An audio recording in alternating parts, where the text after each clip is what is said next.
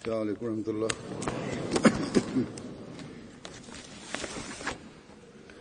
أشهد أن لا إله إلا الله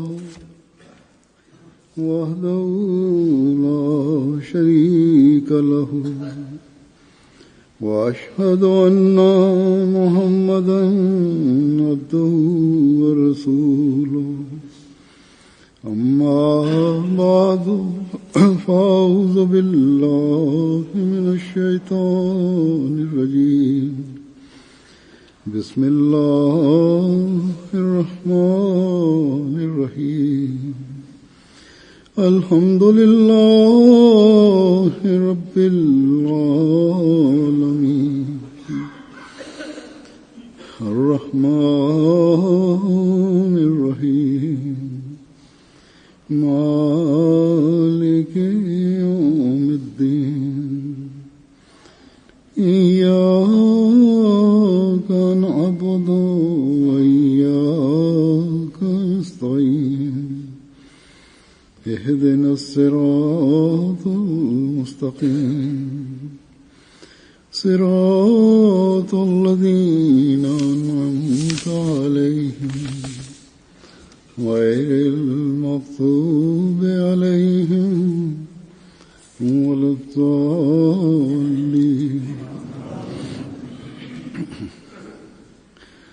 हज़रत मसीह मऊद अलैहिस्सलाम फरमाते हैं कि याद रखो कि इंसान को चाहिए कि हर वक्त ஹதரத் மஸீஹ் மவ்ஊத் அலைஹிஸ்ஸலாம் கூறுகிறார்கள், நினைவில் கொள்ளுங்கள், மனிதன் எந்த நிலையிலும் எந்த நேரமும் துஆ கேட்டுக் கொண்டிருக்க வேண்டும். இரண்டாவது, ஃபஅம்மா பிநிஅமதி ரப்பிக ஃபஹத்திஸ் படி அமல் செய்ய வேண்டும். கூறுகிறார்கள், இறைவனால் வழங்கப்பட்ட நிஅமத்துகளை அறிவிக்க வேண்டும். இதனால் இறைவனது அன்பு அதிகரிக்கிறது. அவனுக்கு கட்டுப்படுவதற்காக ஓர் உத்வேகம் உருவாகிறது. அல்லாஹ்வின் அருள்களின் காட்சியை நாம் பார்க்கிறோம். மேலும் அல்லாஹ்வுடைய அருள்கள் மற்றும் நிஅமத்துகளின் மீது கவனம் செலுத்த வேண்டும். அல்லாஹ்வுடைய அன்பும் அதிகரிக்க வேண்டும். ஆனால் நான் பயணம் செல்லும் பொழுது அல்லாஹ்வின் அருள் பன்மடங்கு அதிகரிக்கிறது. அல்லாஹ் தனது அருளால் புரோகிராம்களில் பரக்கத்தை போடுகிறான். தப்லீக் மற்றும் இஸ்லாத்தின் உண்மை தூதை பெருமளவில் உலகில் மக்களிடம் கொண்டு சேர்க்கிறான். பிறகு மக்களிடம் தாக்கம் ஏற்படுகிறது. கடந்த நாட்களில் நான் ஜெர்மனிக்கு சுற்றுப்பயணம் சென்றேன். அசல் நோக்கம் ஜெர்மனி ஆண்டு மாநாட்டில் கலந்து கொள்வதாக இருந்தது. ஆனால் அத்துடன் இஸ்லாத்தின் உண்மையான அறிமுகம் மற்றும் அதன் போதனைகளை மக்களிடம் சென்று சேர்ப்பது ஆகியவற்றுக்கும் இறைவன் ஏற்பாடு செய்து விடுகிறான். ஹதரத் மஸீஹ் மவ்ஊத் அலைஹிஸ்ஸலாம் கூறியது போன்று மனிதன் எல்லா நிலையிலும் துஆ கேட்டுக் கொண்டிருக்க வேண்டும். நிச்சயமாக அதுவன்றி நாம் ஓர் அடி எடுத்து வைப்பது கூட சாத்தியமற்றது. அல்லாஹ் தஆலாவிடம் அதற்கு வாய்ப்பு தருமாறு துஆ கேட்டுக் கொண்டிருக்க வேண்டும். பிறகு கூறினார்கள், துஆவுடன் அல்லாஹ்வின் அருள் ஏற்படும் பொழுது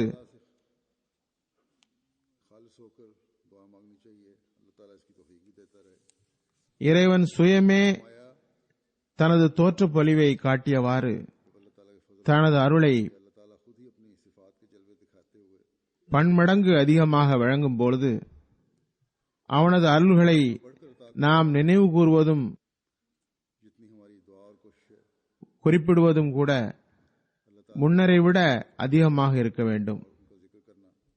இதுவே நம்பிக்கையாளர்களின் உள்ளத்தில் அல்லாஹ்வுடைய அன்பை அதிகரிக்கிறது. அதன் மூலம் அல்லாஹ்வின் அருளும் வெகுமதிகளும் மேலும் அதிகரிப்பதற்காக அவனது கட்டுப்படுதலில் ஓர் தீவிரத்தை உருவாக்குகிறது. ஆகவே ஜெர்மனியின்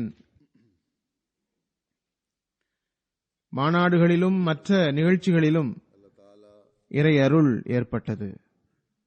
இஸ்லாம் மற்றும் அஹ்மதியத்தின் தூது பரந்த அளவில் அந்நாட்களில் நாட்டின் அகன்ற பகுதிகள் வரை பரவியது அல்லது சென்றடைந்தது. அல்லாஹ்வின் நியமத்துகளை பற்றி குறிப்பிடுவதன் பக்கம் அது நமக்கு கவனம் ஊட்டுகிறது. குறிப்பாக ஜெர்மனி ஜமாத் அதிகமாக நன்றி செலுத்த வேண்டும். அந்த அருள்களுக்கு நன்றி செலுத்தியவாறு இறைவன் முன் இன்னும் அதிகமாக குனிய வேண்டும். அதன் மூலம் இறை அருள் அதிகரிக்க வேண்டும். உள்ளங்கள் வரை சென்று சேர்வது இறை அருளின்றி சாத்தியமில்லை. அல்லாஹ்வின் விருப்பமின்றி உள்ளங்கள் வரை சென்று சேர முடியாது. மனிதன் லட்சம் முயற்சிகள் செய்தாலும் இறைவனின் நாட்டம் இல்லை என்றால் எந்த தூதும் பர்க்கத்தை ஏற்படுத்தாது. சில வேளைகளில் உணர்ச்சி பூர்வமாக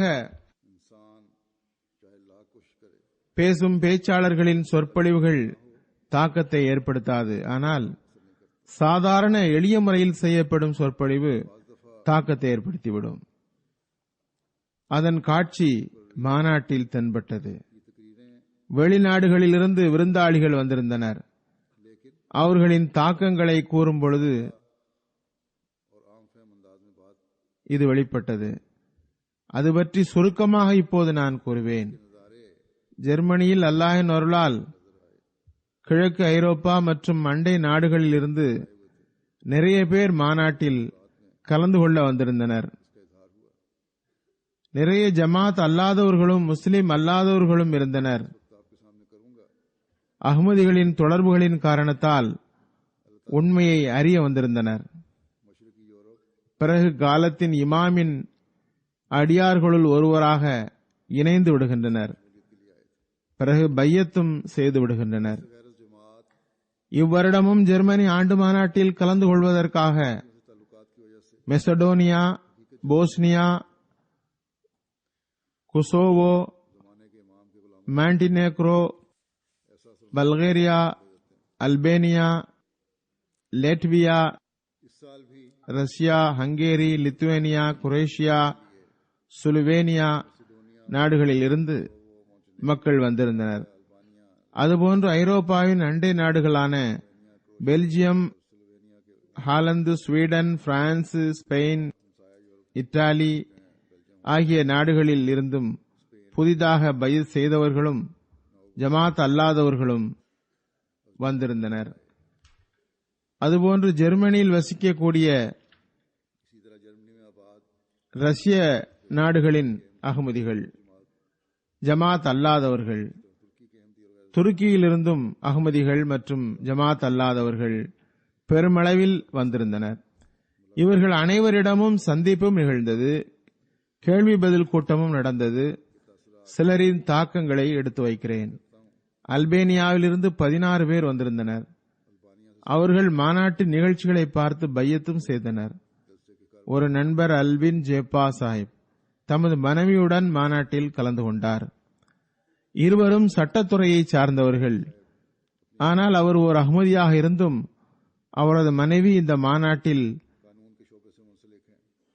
கலந்து கொள்ளும் முன் வரை பையத் செய்ததில்லை.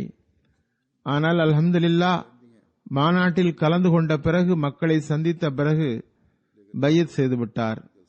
கூறுகிறார், மாநாட்டு அனுபவங்கள் முற்றிலும் வித்தியாசமானவை. அதில் அன்பு, களங்கமின்மை, தன்னலமற்ற தொண்டின் வெளிப்பாட்டை கண்டேன். அது உள்ளத்தில் அசாதாரண தாக்கத்தை ஏற்படுத்தியது. கூறுகிறார், எனது கணவர் சட்ட நிபுணர். எனக்கு நிறைய தப்லீக் செய்தார். நீண்ட காலமாகவே எனது உள்ளத்தில் அஹ்மதியத்தின் அழகு அமர்ந்து விட்டிருந்தது. இன்று நான் முழுமையான உறுதியுடன் ஜமாத்தில் இணைகிறேன். சந்திப்பின் வேளையில் அவர் அழுதவாறே இருந்தார். அவர் பெரிய வயதுடையவரும் அல்லர், சிறிய வயதுதான். இளைஞர்களிடம் கூட உண்மை இஸ்லாத்தை அறிவதில் கவனம் ஏற்படுகிறது. அதுபோன்று இப்ராஹிம் பெர்ஷில்லா சாப் என்ற நண்பர் சந்திப்பின் போது தாம் அஹ்மதியாவதாக அறிவித்தார். பையத் செய்து ஜமாத்தில் இணைந்தார். கூறுகிறார், முடிவெடுப்பதற்கு நான் மிகவும் தாமதம் செய்துவிட்டேன். இன்று முழு உறுதியுடன் இணைகிறேன். எனது இம்முடிவு மிகவும் சரியானது. குசோபாவில் இருந்து வந்த ஒரு சாஹிப், அக்ரோன் சாஹிப் கூறுகிறார், நான் சென்ற வருடமும் வந்திருந்தேன். அதனால் கடந்த வருடத்துடன் ஒப்பிடும் பொழுது மாநாட்டு ஏற்பாடுகள் மிகவும் விரிவடைந்து வெளிப்படையான மாற்றத்தை உணர முடிந்தது. இந்த அபிவிருத்தி, மாற்றம், வளர்ச்சி அல்லாஹ்வின் அருளால் ஏற்பட்டவை. அதற்காக ஜமாத் அமைப்பாளர்கள் இறைவனுக்கு நன்றி செலுத்த வேண்டும். நன்றி உணர்வு அதிகரிக்க வேண்டும். மெசடோனியாவிலிருந்தும் 62 பேர் கலந்து கொண்டனர். அதில் 14 பேர் கிறிஸ்தவர், 27 பேர் அகமதி அல்லாத முஸ்லிம்கள் இருந்தனர். சுமார் 2000 கிலோமீட்டர் பயணத்தை 36 மணி நேரத்தில் கடந்து ஜுஹர் நேரத்தில் வந்து சேர்ந்தனர். அதில் 2 டிவியை சார்ந்தவர்களும் இருந்தனர். 2 ஜேர்னலிஸ்டுகளும் வந்திருந்தனர். பல்வேறு மக்களை நேர்காணல் செய்தனர். கூறுகிறார்கள், அங்கு சென்று ஒரு டிவி புரோகிராம் செய்வோம், அதில் இவை அனைத்தையும் காட்டுவோம். மெசடோனியாவில் இருந்து வந்த ஒரு விருந்தாளி கூறினார், மாநாட்டில் கலந்து கொண்டு அதன் நினைவுகளுடன் திரும்பிச் செல்கிறேன். ஜமாத்தின் இந்த ஏற்பாடுகளை எந்த ஒரு நிர்வாகமுமே மிகவும் சிரமத்துடன் தான் செய்ய முடியும். இன்னும் சொல்வதாயின், ஒரு நாட்டின் நிர்வாகமே ஆனாலும் கூட இத்துணை தரத்துடன் ஒரு நிகழ்ச்சியை நடத்த முடியாது. பிறகு மெசடோனியாவின் ஒரு சாஹிப் கூறுகிறார், முதல் முறையாக நான் இத்துணை நல்ல மனிதர்களை சந்திக்கிறேன். இஸ்லாத்தின் தூதுதான் எல்லாவற்றையும் விட முதலில் என்னை கவர்ந்தது. எனக்கு அது இங்கிருந்து கிடைத்தது. உங்களது சுவர்களில் எழுதப்பட்டுள்ள தூதி செய்திகள் வெறும் வார்த்தைகளாக இல்லை, உண்மையில் நீங்கள் அதனை நடைமுறைப்படுத்துகிறீர்கள். அது எனது உள்ளத்தில் ஆழமான தாக்கத்தை ஏற்படுத்திவிட்டது. இதே மெசடோனியாவின் டோனி சாஹப் என்ற விருந்தினர் கூறுகிறார், நான் பத்திரிகையாளர் என்ற முறையில் உலகின் பல்வேறு நிகழ்ச்சிகளில் கலந்து கொண்டிருக்கிறேன். இது எல்லாவற்றினும் சிறந்த நிகழ்ச்சியாகவே இருக்கிறது. எல்லாவற்றையும் மிக சிறந்த முறையில் உருவாக்கப்பட்டிருந்தது.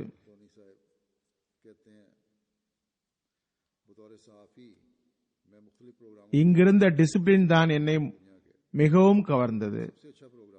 எல்லோரும் இறைவனின் பார்வையில் சமம். எல்லாரிடமும் சகிப்புத்தன்மை, மார்க்கம், நாடு, மொழி என்ற பாகுபாடுகள் இல்லை. முஸ்லிம் அல்லாதவன் என்ற முறையில் இது எனக்கு மிகவும் முக்கியத்துவம் வாய்ந்ததாகும்.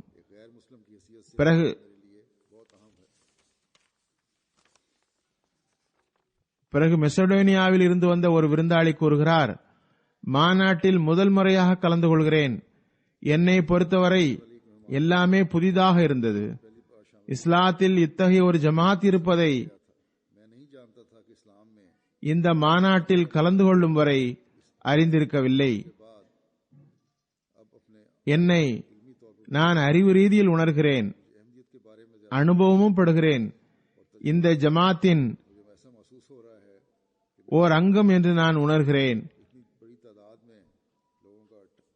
பெருமளவில் மக்கள் கூடுவது, எல்லாரின் தேவைகளையும் கவனத்தில் கொள்வது மிக பெரும் வேலையாகும். பிறகு என்னோடு சந்திப்பு நிகழ்ந்தது. அப்போது சொன்னார், தாங்கள் உங்களிடமிருந்து கேட்ட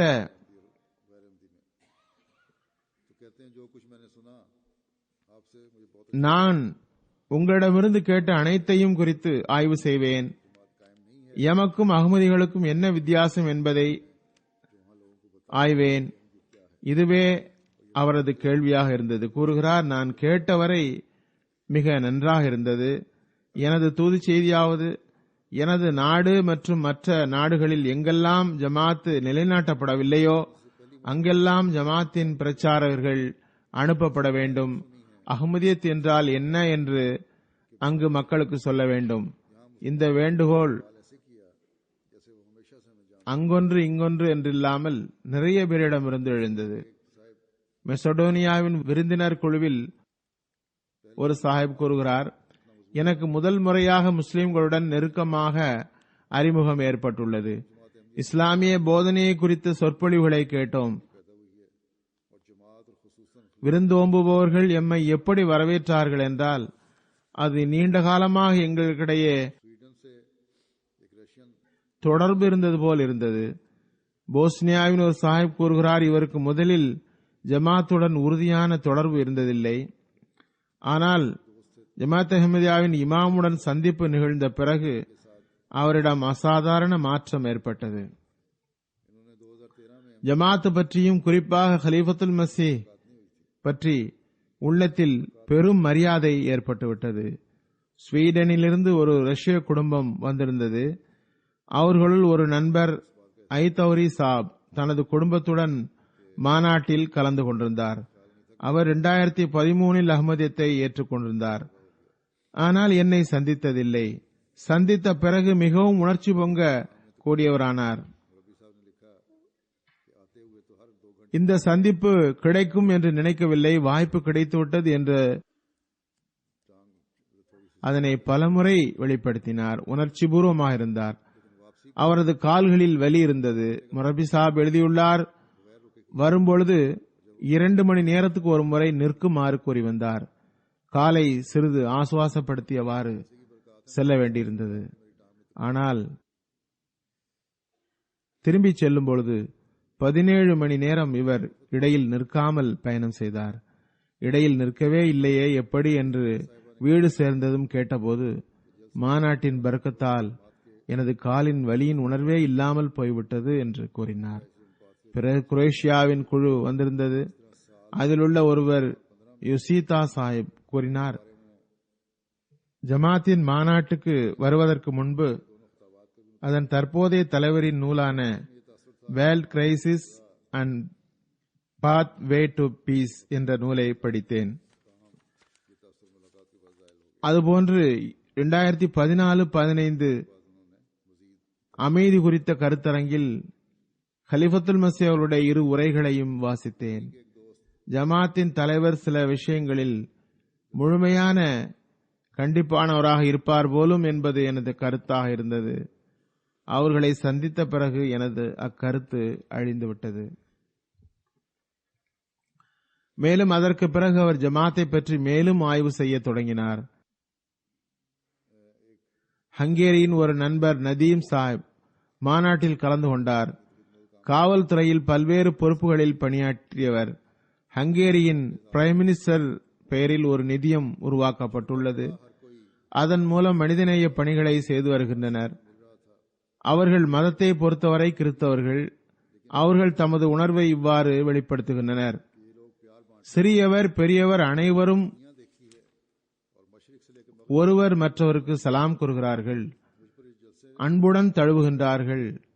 எனக்கு அம்மக்களின் மொழி புரியவில்லை, ஆனால் அவர்களின் முகத்திலிருந்து வெளிப்படும் உணர்வுகளில் இருந்து இம்மக்கள் அன்பை பிணைக்கின்றனர் என்று தெரிந்தது.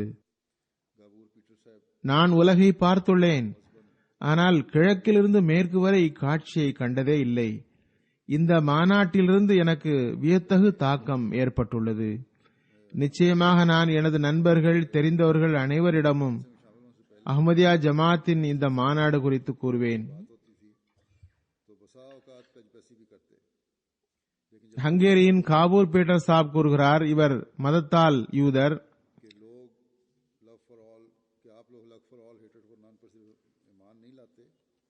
நமது முபல்லி சாப் கூறுகிறார்கள், மாநாட்டில் கலந்து கொள்ளும் முன்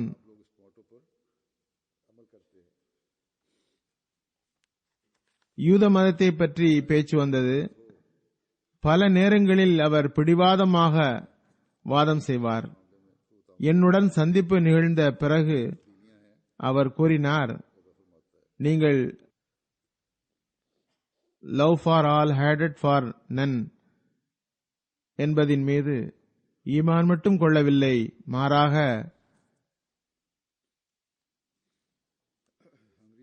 இந்த மோட்டோவின்படி அமல் செய்வதை நான் கண்டேன். ஹங்கேரியில் என்ன விவகாரமாக இருந்தாலும் நான் ஜமாத்திற்கு ஒத்துழைப்பு தருவேன் என்று கூறினார். ஆக இந்த மாற்றத்தை தான் அல்லாஹ் தஆலா உருவாக்கி தருகின்றான். ஹங்கேரியில் இருந்து வந்த நண்பர்களுள் இஸ்மாயில் சாஹிபும் ஒருவர். அவர் புர்கினா பாசோவை சார்ந்தவர். எனினும் ஹங்கேரியில் வசித்து வந்தார்.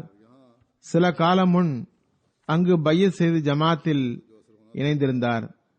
அவருக்கு 2 மகள்கள். அவர்களுடன் சேர்ந்து மாநாட்டுக்கு வர விரும்பினார். ஆனால் அவரது ஹங்கேரிய மனைவி கூறிவிட்டார், நான் சிறுமிகளை உங்களுடன் தனியாக அனுப்ப முடியாது.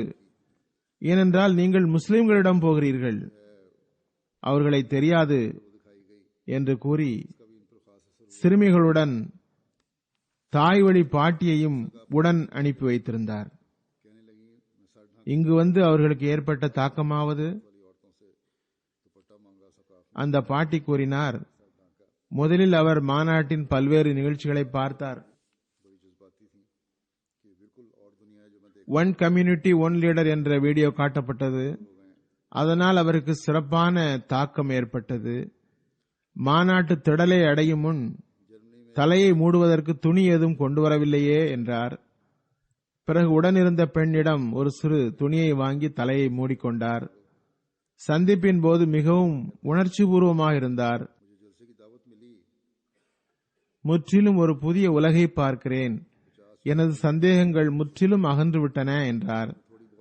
பிறகு ஜெர்மனியின் ஒரு நண்பர் சுலைமான் சாப், சென்ட்ரல் ரிபப்ளிக் ஆஃப் ஆப்பிரிக்காவை சார்ந்தவர் கூறுகிறார், எனக்கு மாநாட்டுக்கு அழைப்பு வந்தது. 50-100 பேர் கலந்து கொள்ளும் அமர்வாக இருக்கும் என எண்ணினேன். பிறகு சாப்பாடு குடிப்புகள் இருக்கும். பிறகு அவரவர் தமது வீடுகளுக்கு திரும்பி செல்வார்கள் என்று எண்ணியிருந்தேன். ஆனால் இங்கு வந்து எனது கருத்து முற்றிலும் மாறிவிட்டது. ஆயிரக்கணக்கில் மக்கள் குழுமியிருக்கிறார்கள். நான் மாநாட்டின் காட்சியில் இந்த நகரில் இருந்து வெளியே வர முடியவில்லை. இங்கு ஒவ்வொரு விஷயமும் மகிழ்ச்சி அடையத்தக்கதாக இருந்தது. உங்களில் தப்லீகின் அணுகுமுறை வித்தியாசமாக உள்ளது. இந்த நடைமுறையில் தப்லீக் செய்யப்படும் நிலையில் மறுப்பவர் நிச்சயம் பேரிழந்தவராகவே இருப்பார். மாண்டி கைரோவில் இருந்து ஒரு சாஹிப், ராஜி சாஹிப் வந்திருந்தார். அவர் கூறுகிறார், நான் சொற்பொழிவுகளை கேட்டேன், ஏற்பாடுகளை பார்த்தேன், அசாதாரணமானவையாக இருந்தன. அதுபோன்று ராஜி சாஹிப் கூறுகிறார், மாண்டி கைரோவில் முஸ்லிம்களிடையே அஹ்மதியா ஜமாத் ஹதரத் நபி ஸல்லல்லாஹு அலைஹி வஸல்லம் அவர்களை ஏற்கவில்லை, நவுதுபில்லா என்ற கருத்து நிலவுகிறது. ஆனால் ஒருவர் ஜமாத்துக்கு அருகில் வந்து பார்த்தால் அது முழுக்க பொய் என்றும் மௌலவிகள் பரப்பி வைத்துள்ளார்கள் என்றும் தெரிய வரும். பிறகு மொரோக்கோவுடைய ஒரு நண்பர் பெல்ஜியத்தில் வசிக்கிறார். கூறுகிறார், எனது உணர்வுகளை வெளிப்படுத்த முடியாது. எத்தகைய ஆன்மீக காட்சியெனில் எனது ஆன்மா வரை ஆழிய தாக்கத்தை ஏற்படுத்தியுள்ளது. இஸ்லாத்தின் சரியான காட்சி எனக்கு இங்குதான் தென்பட்டது. கூறுகிறார், காலத்தின் ஹலீஃபாவை பார்த்தும் உங்கள் சொற்பொழிவை கேட்டும் அஹ்மதியத்தை பற்றி எனது கோட்பாடு மாறிவிட்டது.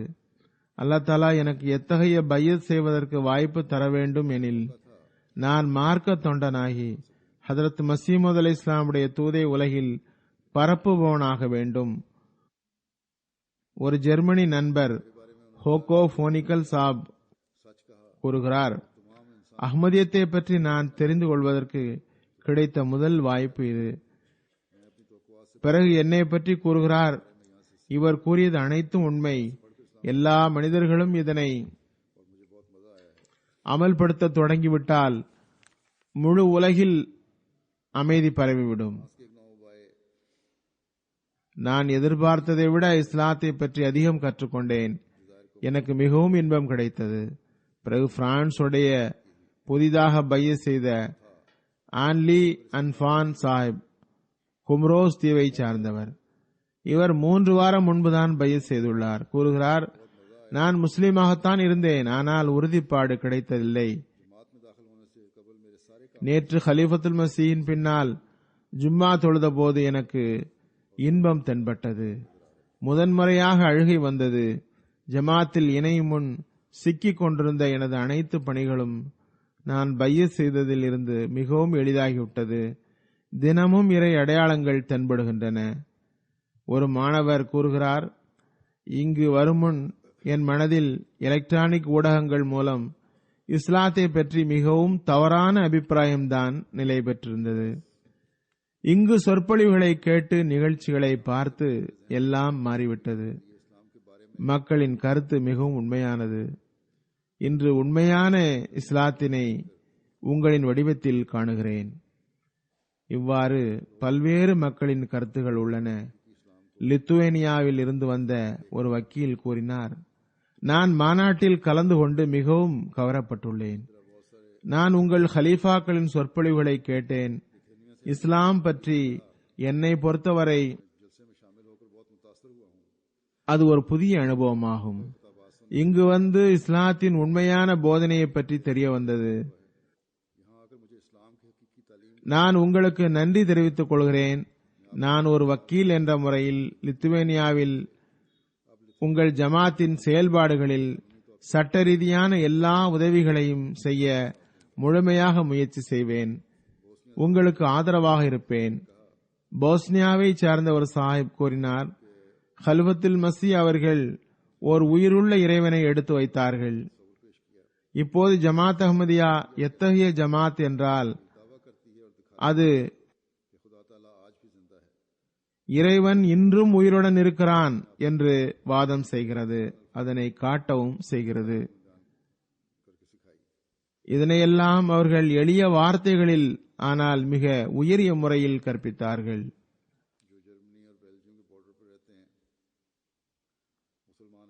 பிறகு ஒரு பத்திரிகையாளர் ஜெர்மனி பெல்ஜியம் எல்லையில் வசிக்கிறார். முதலில் முஸ்லீமாக இருந்தவர் கூறுகிறார், ஜெர்மனி மாநாட்டுக்கு வரும் முன் மார்க்கம் அல்லது ஜமாத் குறித்து பெரும் சிரத்தை எடுத்ததில்லை. ஆனால் மாநாட்டில் கலந்து கொண்ட பிறகு எனது எண்ணமே அடியோடு மாறிவிட்டது. எந்த ஜமாத்தை குறித்து நான் பெரும் கவனம் செலுத்தி பார்க்கவில்லையோ அதுவே எனது வாழ்வின் மிகச்சிறந்த நாளை இம்மாநாட்டின் மூலம் காட்டியது. பிறகு அவர் தனது ஒரு நீண்ட கனவை குறிப்பிட்டுள்ளார். அதுபோன்று புதிதாக பையத் செய்த ஒரு ஜெர்மனி அஹ்மதி பெட்ரிக் சாப் கூறுகிறார், இன்று எனக்கு பையத் செய்வதற்கு வாய்ப்பு கிடைத்தது. அதற்கு காரணம் ஹலீஃபத்துல் மஸீஹுடைய விருந்தினர்களுக்கிடையே சொற்பொழிவுதான். அஹ்மதியா ஜமாத்தில் ஹிலாஃபத் மூலமாக உண்மையான அன்பு தென்படுகிறது. எனது உள்ளம் அன்பு மற்றும் நேசத்தால் நிறைந்துள்ளது. அப்துல்லா சாப் சிரியாவை சார்ந்தவர்.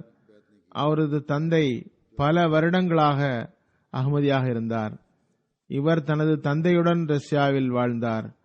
ஆனால் இப்போது படிப்புக்காக ஹாலந்தில் தங்கியிருக்கிறார். அவரது தந்தையார் மூலம் அவருக்கு தப்லீக் செய்யப்பட்டு வந்திருந்தாலும் அவர் பையத் செய்திருக்கவில்லை. மாநாட்டில் கலந்து கொண்ட பிறகு மாநாட்டுக்கு முன் கேள்வி பதில் கூட்டங்கள் நடந்திருந்த போதிலும் முபல்லிக்மார்கள் ஹதரத் மசீமூத் அலைஹிஸ்ஸலாமுடைய உண்மைத்துவம் குறித்து நடத்தியிருந்தாலும் இவர் ஏற்றுக்கொள்ளவில்லை. முபல்லிக் இவரிடம் சொன்னார், இதுவே உமது நிலை என்றால் பிறகு துவா செய்யுங்கள். பிறகு அவர் நான் துவா செய்கிறேன் என்றார். வேதனையுடனும் உருக்கத்துடனும் துவா செய்யுங்கள், அல்லாஹ் வழிகாட்டுவான் என்று கூறப்பட்டது.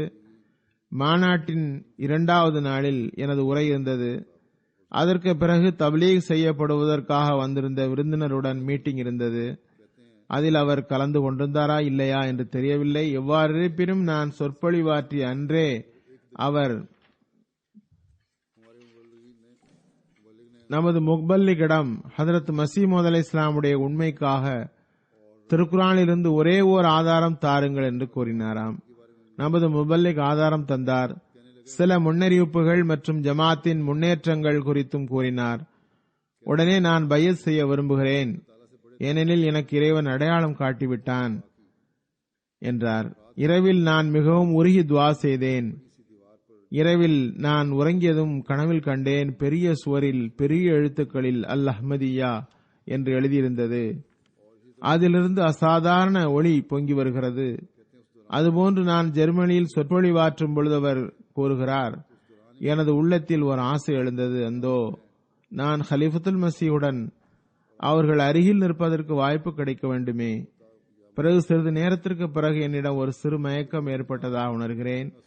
நான் மேடையில் ஹலிஃபத்துல் மசீஹின் விழாப்புறத்தில் நிற்கிறேன். அதற்கு பிறகு அவர் கூறுகிறார், எனக்கு உண்மை தெளிவுபடுத்தப்பட்டு விட்டது. உள்ள திருப்திக்காகத்தான் திருக்குர்ஆன் விளக்கத்தை ஆதாரமாக கேட்டேன். அதுவன்றி துஆவுக்கும் அந்த கனவுக்கும் பிறகு எனக்கு நிம்மதி ஏற்பட்டு விட்டது. இந்த வகையில் அவர் பையத் செய்துவிட்டார். அதுபோன்று அல் ஜஸாயிரின் ஒரு நண்பர் கூறுகிறார், ஒவ்வொரு முறையும் மாநாட்டில் பங்கெடுப்பது மூலம் ஈமானில் அசாதாரண அதிகரிப்பு ஏற்படுகிறது. ஒவ்வொரு முறையும் இறைவனது அளவற்ற உதவிகளின் காட்சியை காண்கிறேன். மாநாட்டில் நான் ஜன்னத்தில் இருப்பதாக உணர்வு ஏற்பட்டது. மொழி, இயல்பு, நாடுகள் பல்வேறுபட்டவையாக இருந்தும் எல்லா புறமும் அஸ்ஸலாமு அலைக்கும் என்ற குரல் கேட்டது. சொர்க்கவாசிகளை பற்றி அல்லாஹ் தஆலா கூறுகின்றான், தஹியத்துன் ஃபிஹா ஸலாமா. அதனை அக்காட்சி நினைவுபடுத்தியது. இத்தாலியிலிருந்து வந்திருந்த கிறிஸ்தவ விருந்தாளி ஒருவர் கூறினார், இவர் இத்தாலியின் ரிலிஜன்ஸ் ஃபார் பீஸ் என்ற அமைப்பின் பொதுச் செயலாளராகவும் வேட்டிகன் சிட்டியின் பிரபலமானவராகவும் இருந்தார். அது தவிர கத்தோலிக்க தியாலஜி பற்றிய நிறைய புத்தகங்கள் எழுதியவர். இவர் நல்ல தாக்கம் பெற்று சென்றுள்ளார். இத்தாலிக்கு சென்று ஒரு கட்டுரையும் எழுதியுள்ளார். ஆயிரக்கணக்கானோர் அந்த பத்திரிகையை படிக்கின்றனர். அவர் கட்டுரையில் எழுதியுள்ளார், மாநாட்டின் காட்சி மிகவும் வியக்கத்தக்கதாக இருந்தது என்பதை ஒப்புக்கொள்ளத்தான் வேண்டும். பெரும் பெரும் எழுத்துகளில் எழுதப்பட்ட எல்லோருடனும் அன்பு, யாருடனும் இல்லை வெறுப்பு என்ற தூது செய்தி மனிதனின் பார்வையில் பட்டதும், இவர்கள் உண்மையிலேயே முஸ்லிம்கள் தானா என்ற முதல் கேள்வி மனதில் எழுகிறது. இவர்கள் உண்மையிலேயே முஸ்லிம்கள் தான் என்பதில் எந்த சந்தேகம் இல்லை. அங்குள்ள சூழ்நிலை வியத்தகு அன்பு மற்றும் ஒருமைப்பாட்டால் நிறைந்திருந்தது. நான் எனது கண்களால் அதனை கண்டேன். ஆயிரக்கணக்கான எண்ணிக்கையில் பல்வேறு நாட்டினர், வயோதிகர்கள், இளைஞர்கள், குழந்தைகள் என்று குடும்பங்கள் அனைத்தும் மிக மிக ஒழுங்கமைக்கப்பட்ட ஒரு ஜமாத்தின் பிரதிநிதித்துவம் வகித்துக் கொண்டிருந்தார்கள். இன்னும் ஒரு விஷயம் என்னை கவர்ந்தது. நூற்றுக்கணக்கானோர் ஊதியமின்றி தன்னார்வத்துடன் பணி செய்கின்றார்கள். இன்னும் சொல்வதாயின், ஒருவர் என்னை காரில் ஹோட்டலில் இருந்து மாநாட்டு திடலுக்கு எடுத்துச் சென்றார். அவர் கூறினார், அவர் தனது வேலையிலிருந்து இம்மாநாட்டுக்காகவே 2 வாரங்கள் சம்பளமில்லா விடுப்பு எடுத்து வந்துள்ளார். பிறகு என்னை பற்றி கூறுகிறார், நான் அவர்களது சொற்பொழிவால் மிகவும் கவரப்பட்டேன். அது நேர்வழியின் பக்கம் வழிகாட்டக்கூடியதாக இருந்தது. அன்பு, சகோதரத்துவம் பற்றி எளிய சொற்களில் விரிவான ஒரு கருத்தையும் வெளியிட்டுள்ளார்கள். சிரியாவை சேர்ந்த ஒரு டாக்டர் மாநாட்டில் கலந்து கொண்டிருந்தார். அவர் கூறுகிறார்,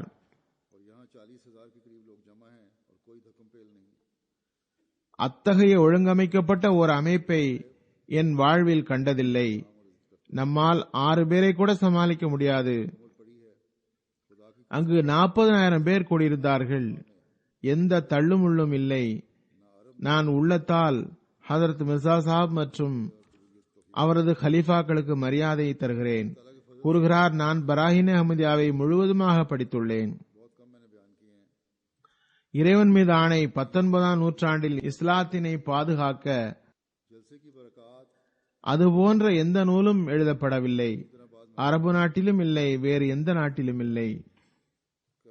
அல்லாஹ் தஆலா அவரது உள்ளத்தை திறப்பானாக, ஒப்புக்கொள்வதற்கு வாய்ப்பு தருவானாக. அல்லாஹ்வின் அருளால் அசாதாரணமான தாக்கங்கள் ஏற்பட்டுள்ளன. மிக குறைவாகவே கூறியுள்ளேன். நான் கூறியதையும் கூட சுருக்கியே கூறியுள்ளேன். மாநாட்டின் பர்க்கத்துகள் அசாதாரணமானவையாக உள்ளன. அதுபோன்று சில விருந்தாளிகள் தமது குறைகளை கூட பயந்து பயந்து குறிப்பிட்டுள்ளனர். சிறப்புகளை விளக்குகிறார்கள். எனினும் சில விஷயங்கள் கவனமூட்டத்தக்கவையாக உள்ளன. அவற்றை விருந்தினர் பொதுவாக வெட்கத்தின் காரணத்தினால் கவனமூட்டுவதில்லை. ஆனால் இரு பெண்மணிகள் சில விஷயங்களை கவனமூட்டினார்கள். அதாவது ரொட்டி மற்றும் சாலன் அதிகமாக வீணாக்கப்பட்டது என அந்த அல்பேனிய பெண் கவனமூட்டினார். பல சிறப்புகள் இருந்தாலும் இது போன்ற பலகீனங்களையும் அகற்ற வேண்டும். ஜெர்மனியில் ஏற்பாட்டாளர்கள், குறிப்பாக லஜ்னா, உணவு உண்பவர்களிடம் கவனமூட்டிக் கொண்டிருக்க வேண்டும். ரொட்டியை, உணவை வீணாக்க கூடாது. அதுபோன்று மெசடோனியாவிலிருந்து வந்த ஒரு பெண்மணி, தங்குமிடங்கள் மிக தூரத்தில் இருந்தன, நீண்ட பயணம் செய்து வர வேண்டியது ஏற்படுகிறது, அதனால் சோர்வு ஏற்படுகிறது என்று கூறியுள்ளார். ஆக அப்படிப்பட்டவர்களுக்கு ஜெர்மனி நிர்வாகத்தினர் தங்குமிடங்களை அருகே அமைக்க ஏற்பாடு செய்ய வேண்டும். அதுபோன்று ஆண்டு மாநாட்டுக்கு பொறுப்பாளர்கள் சில விஷயங்களை நோட் செய்திருக்கிறார்கள். நோட் செய்வதுதான் உண்மையில் வளர்ச்சியின் பக்கம் எடுத்துச் செல்கிறது. மக்கள் அசுத்தங்களை எறிவது, சுத்தத்தை கவனத்தில் கொள்ளாமல் இருப்பது, வருங்காலத்தில் இவற்றையெல்லாம் கவனத்தில் செலுத்த வேண்டும். அவை அகற்றப்பட வேண்டும். ஒவ்வொருவரும் மற்றவரிடம் சுத்தத்தை கவனம் மூட்ட வேண்டும். சிலர் உணவை பற்றி கூறுகிறார்கள். லங்கர்ஹானாவில் உணவு சமைக்கப்படுகிறது. ஒரே வகை உணவுதான் சமைக்க முடியும். சிறப்பு சாப்பாடுகள் இல்லை என்று சிலர் ஆட்சேபனை எழுப்பலாம். அது கூடாது. இங்கு அசல் விஷயம் ஆன்மீக உணவாகும். அதற்காகவே விருந்தாளிகள் வருகின்றனர். அகமதிகள் அதுபோன்று ஆட்சேபனை செய்யக்கூடாது. என்ன உணவு கிடைக்கிறதோ அதனை உண்ண வேண்டும். ஒரு வகை உணவே தயாரிக்கப்படும். அதுபோன்று ஊழியர்கள் சில விஷயங்களில் கடுமை காட்டுகின்றனர். அதனால் மற்றவர்களுக்கு கஷ்டம் ஏற்படுகிறது. தேவையுடைய ஒருவருக்கு அவரது தேவை அனுமதிக்கப்பட்ட தேவையெனில் விதிமுறைகளை தளர்த்தி அவரது தேவையை நிறைவேற்ற முடியுமெனில் நிறைவேற்ற வேண்டும். ஊழியர்கள் எப்போதும் மென்மையுடன் நடந்து கொள்ள வேண்டும். எவ்வாறு இருப்பினும் இவ்வருடம் ஒட்டுமொத்தமாக பார்த்தால் ஆண்டு மாநாடு நன்றாக இருந்தது. ஆண்டு மாநாடு அதிகாரி மற்றும் அவரது குழு சென்ற வருடத்தை விட நன்றாக வேலை செய்துள்ளன. பெரிய ஏற்பாடுகளில் சிறு சிறு குறைகள் இருக்கத்தான் செய்யும். அதனையும் கவனியுங்கள். இன்ஷா அல்லாஹ் வருங்காலத்தில் அதில் மேன்மை ஏற்படும். அல்லாஹ் தஆலா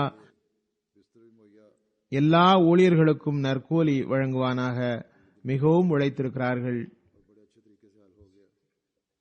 எதிர்பார்ப்பை விட அதிகமாக விருந்தினர்கள் வந்தும் கூட அவர்களுக்கு படுக்கை ஏற்பாடு செய்யப்பட்டது. ஓரிரவு பிரச்சனை ஏற்பட்டது. மறுநாள் சரியாகிவிட்டது. நல்ல முறையில் தீர்த்து வைக்கப்பட்டது. பிறகு சவுண்ட் பிரச்சனைகள் சென்றவரிடம் இருந்தது. அல்லாஹின் அருளால் அது சரியாகிவிட்டது. எவ்வாறு இருப்பினும் நான் ஊழியர்களுக்கு நன்றி தெரிவித்துக் கொள்கின்றேன். அது தவிர சுற்றுப்பயணத்தின் போது சில பள்ளிகளும் திறக்கப்பட்டன. அதனையும் சுருக்கமாக கூறுகின்றேன். அஹான் மஸ்ஜித் திறக்கப்பட்டது. அந்த நகரவாசிகளுள் ஒருவர் நிகழ்ச்சியில் கலந்து கொண்டார். கூறுகிறார், ஓரிரு வருடங்கள் முன்பு நான் ஐரோப்பா நாடாளுமன்றத்தில் ஹலிஃபத்துல் மஸீஹின் உரையை கேட்டேன். நான் இங்கு வந்தது இந்த நோக்கத்திற்காக மட்டுமே. உங்கள் ஹலீஃபா முக்கிய பிரதிநிதிகள் மத்தியில்தான்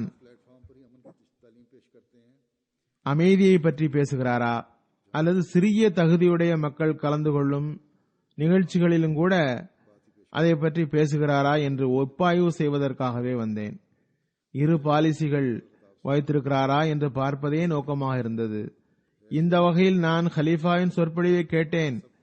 ஐரோப்பாவின் நாடாளுமன்றத்தில் எடுத்து வைத்த போதனைத்தான் இங்கும் எடுத்து வைத்தார்.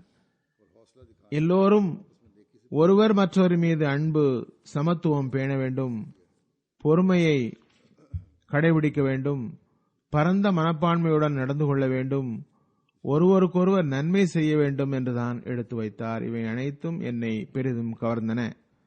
அதேபோன்று நகரத்தின் மேயர் சாப் மற்றும் பிற மக்கள் அனைவரும் இந்த கருத்தை தெரிவித்துள்ளனர். ஹெங்டன் மாநிலம், இங்கு ஒரு பள்ளி வாசல் திறக்கப்பட்டது. பைத்துல் வாஹித் மாவட்ட கமிஷனரும் நாடாளுமன்ற உறுப்பினருமான ஒருவர் தனது தாக்கத்தை வெளிப்படுத்தினார். காலத்தின் ஹலீஃபாவின் சொற்பொழிவு எங்களிடம் சிறந்த தாக்கத்தை விட்டுள்ளது.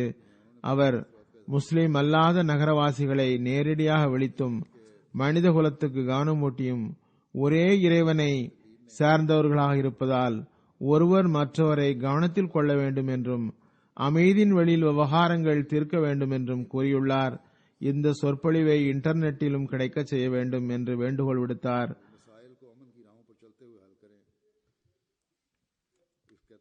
உரையை எழுத்து வடிவிலும் கேட்டனர். பிறகு ஒரு நாடாளுமன்ற உறுப்பினர், ஜெர்மனிய பெண்மணி, அவர் கூறுகிறார், பள்ளிவாசல் திறப்பு விழாவில் கலந்து கொண்டதில் இன்று எனக்கு மிகவும் மகிழ்ச்சி. இதற்கு முன் புளோரோ சயின்ஸ் மஸ்ஜிதின் திறப்பு விழாவில் கலந்து கொண்டிருக்கிறேன். இக்காலத்தில் இஸ்லாமிய போதனைகள் தொடர்பாக சந்தேகங்கள் காணப்படுகின்றன. நாம் அனைவரும் இணைந்து அமைதியின் தூதை தருவது அவசியமாகும். இங்கு அஹ்மதியா ஜமாத்தின் பள்ளி கட்டியது நாம் அனைவரும் அமைதி, சகோதரத்துவம் மற்றும் அன்புடன் வாழ விரும்புகிறோம் என்பதை காட்டுகிறது. இந்த மஸ்ஜித் இது அஹ்மதிகளின் நாடு என்பதை தெளிவாக வெளிப்படுத்துகிறது. பிறகு இன்னும் நிறைய தாக்கங்கள் உள்ளன. ஒரு விருந்தினர் கூறுகிறார், இஸ்லாம் பற்றி ஒரு நல்ல கருத்தை கொள்வது எனக்கு மிக மிக சிரமமானதாக இருந்தது. ஆனால் ஹலிஃபத்துல் மசீஹ் அவர்கள் இஸ்லாத்தை எடுத்து வைத்தார்கள்.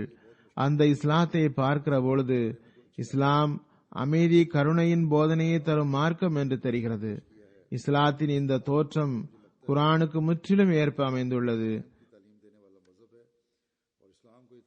ஒரு என்ஜினியர் மஸ்ஜிதுக்காக வேலையும் செய்துள்ளார். அவர் கூறுகிறார், என்னை பற்றி கூறுகிறார், அவர் எத்தனை விஷயங்களை கூறினாரோ அவை அனைத்தையும் நான் முழுமையாக ஏற்றுக்கொள்கிறேன். இந்த விழாவும் சர்ச்சின் விழா போன்றுதான் இருக்கும் என்று எண்ணியிருந்தேன். அதில் அதிகம் காட்டுதல் தான் இருக்கும். ஆனால் இது எளிய ஆனால் மிக நல்ல விழாவாகும் என்றார். எலக்ட்ரானிக் மீடியா மூலமாக எல்லா நிகழ்ச்சிகளுக்கும் நிறைய கவரேஜ்கள் கிடைத்திருந்தன. ஒட்டுமொத்த அளவில் கிட்டத்தட்ட பல்வேறு செய்தித்தாள்கள் மூலம் 88 செய்திகள் வெளிவந்துள்ளன. அதுபோன்று 8 பல்வேறு ரேடியோ ஸ்டேஷன் மூலமாகவும் 4 டிவி சேனல் மூலமாகவும் கவரேஜ் செய்யப்பட்டிருந்தது. இவை அனைத்தின் மூலமாக மொத்தம் 106 அல்லது 107 மில்லியன் மக்கள் வரை நமது செய்தி போய் சேர்ந்துள்ளது. ஜெர்மனி ஆண்டு மாநாடு பற்றி பல்வேறு பத்திரிகைகள் மூலம் 36 செய்திகள் வெளியிடப்பட்டுள்ளன. இந்த செய்தித்தாள்களின் வாசகர்கள் மொத்தம் 32 மில்லியன் பேர் என்று கூறப்படுகிறது. 3 ரேடியோ ஸ்டேஷன்கள் ஆண்டு மாநாடு பற்றி ஒலிபரப்பின. அந்த ரேடியோ ஸ்டேஷன்கள் பிரபலமானவை. அதுபோன்று 4 பிரபல டிவி சேனல்கள் ஆண்டு மாநாட்டை ஒளிபரப்பின. அது தவிர மாநாட்டின் கடைசி நாள் ஒரு ஜேர்னலிஸ்ட் பெண்மணி என்னை ஒரு இன்டர்வியூ செய்தார். அவை 2 பகுதியாக படமாக வெளிவர உள்ளது. அது ஜெர்மனியின் மிகப்பெரிய ஆன்லைன் பத்திரிகை ஆகும். இதனை பார்ப்போர் 17.5 மில்லியனை விட அதிகம்.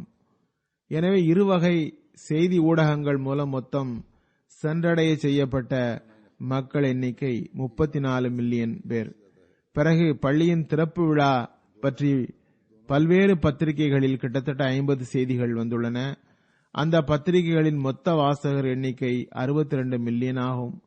2 ரேடியோ ஸ்டேஷன்கள் பைத்துல் வாஹித் பள்ளியின் திறப்பு விழா பற்றி செய்தி வெளியிட்டன. இது தவிர ஜெர்மனியின் புகழ்பெற்ற டிவி சேனல் RTL தொடக்க அமர்வின் போது இன்டர்வியூ எடுத்தது. அதனை மாலையில் 2 நிமிடம் 27 நொடி நேரத்திற்கு வெளியிட்டது. பிறகு ஆகன் மஸ்ஜித் இது பற்றி 3 பத்திரிகைகள் செய்தியை வெளியிட்டன. அங்குள்ள உள்ளூர் பத்திரிகைகளின் வாசகர்கள் 1,16,000 பேர்.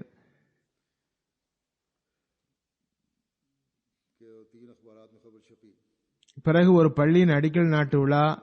அங்குள்ள பத்திரிகைகள் அச்செய்தியை வெளியிட்டன. அதனை வாசிப்போர் 6 மில்லியன் பேர் என்று கூறப்படுகிறது. ஃபெஸ்டாவில் மஸ்ஜித் திறப்பு விழா நடந்தது. அதனை பற்றியும் பத்திரிகைகளில் 4 செய்திகள் வெளிவந்திருந்தன. அந்த பத்திரிகைகளில் மொத்த வாசகர்கள் எண்ணிக்கை 26 லட்சம் பேர். அதில் ஒரு பத்திரிகையில் எனது பேட்டி வெளியிடப்பட்டது. அதனை படிப்பவர்கள் சுமார் 1.5 மில்லியன் பேர். இது வாராந்திர பத்திரிகை. 1946 ஒவ்வொரு வியாழன் அன்றும் வெளிவருகிறது. பாஸ்டன் 5 லட்சம் அளவில் விற்கிறது. இதனை படிப்பவர்கள் 1.5 மில்லியன் பேர் என்று கூறப்படுகிறது. இதுபோன்று இந்த பத்திரிகையின் ஆன்லைன் எடிஷனை இன்டர்நெட்டில் படிப்பவர்கள் சுமார் 5 மில்லியன் பேர் இருக்கும். என்னை அகமதி பத்திரிகையாளர்களும் பேட்டி எடுத்தனர். அல்லாஹ்வின் அருளால் அகமதிகளும் மீடியாவில் வருகின்றார்கள். இதன் மூலம் இஸ்லாத்தின் உண்மை செய்தி சேர்க்கப்படுகிறது. அல்லாஹ் தஆலா இதில் இன்னும் அபிவிருத்தியை வழங்குவானாக. ஆண்டு மாநாடு நம்மோருக்கு ஒரு ஆன்மீக தர்பியத்து முன்னேற்றத்திற்கு காரணமாக அமைகிறது. அதனை மக்கள் தமது கடிதங்கள் மூலம் எனக்கு தெரிவித்து வருகின்றனர். அதே வேளையில் இது மற்றவருக்கும் இஸ்லாம் அஹ்மதியத்தை பற்றி தெரிந்து கொள்ள காரணமாக அமைகிறது. இவ்வாறு பையத்துகளும் நடக்கின்றன.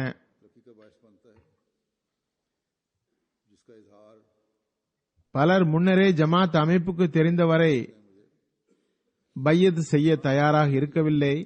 என்னை சந்தித்து சில கேள்விகள் கேட்ட பிறகு பையத் செய்ய தயாராகிவிட்டனர். ஆகவே எந்தெந்த அருளுக்குத்தான் கருணைக்குத்தான் மனிதன் நன்றி செலுத்துவது? அல்லாஹ் நமக்கு வழங்கிய எந்த வெகுமதிக்கு தான் நன்றி செலுத்துவது?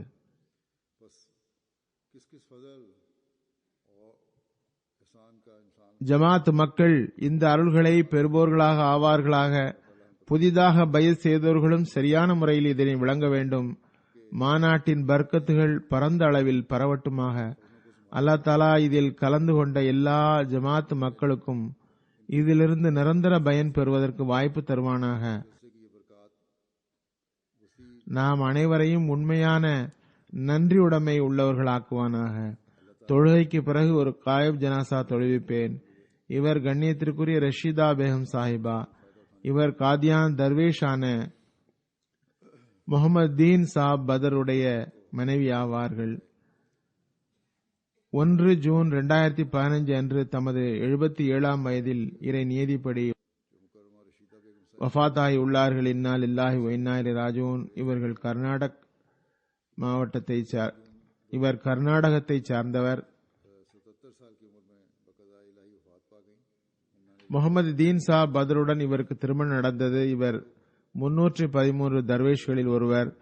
மர்ஹூம் தமது பிள்ளைகளுக்கு எப்போதும் நன்மை தக்வாவுடன் வாழ்வை கழிப்பது, ஹிலாஃபத்துடன் பற்றுடன் இருப்பது குறித்து போதனை செய்து வந்தார்கள்.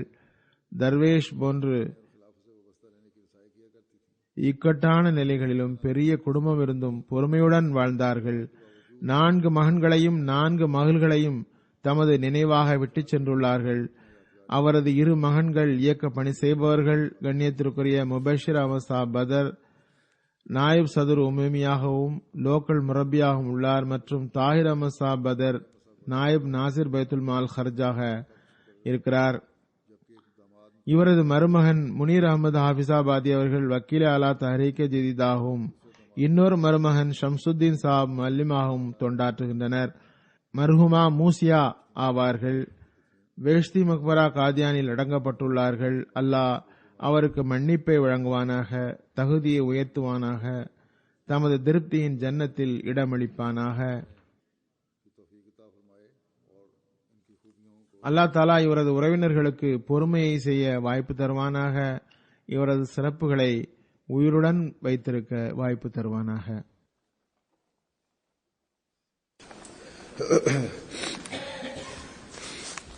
அல்ஹம்துலில்லாஹ்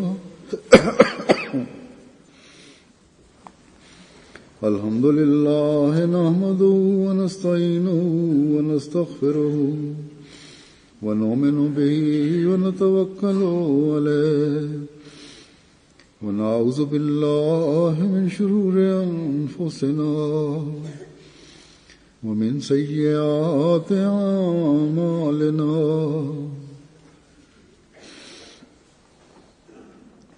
من يهده الله فلا مضل له ومن يضلل فلا هادي له ونشهد أن لا إله إلا الله ونشهد أن محمدا عبده ورسوله.